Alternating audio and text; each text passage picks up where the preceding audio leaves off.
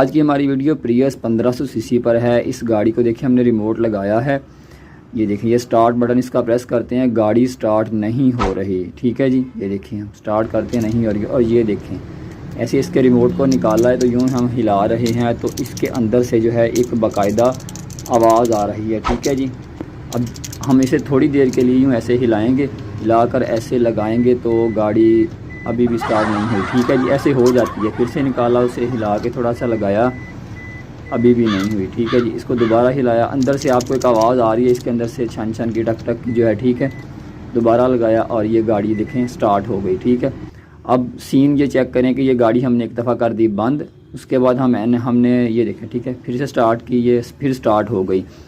तो उसके बाद सीधा ऐसे प्यार से रिमोट निकालना है और फिर ऐसे ही लगाना है और गाड़ी जो है वो फिर से स्टार्ट हो जाएगी। ठीक है, अब मान लें कि ये रिमोट आपने निकाला, इस तरीके से आपकी जेब में उल्टा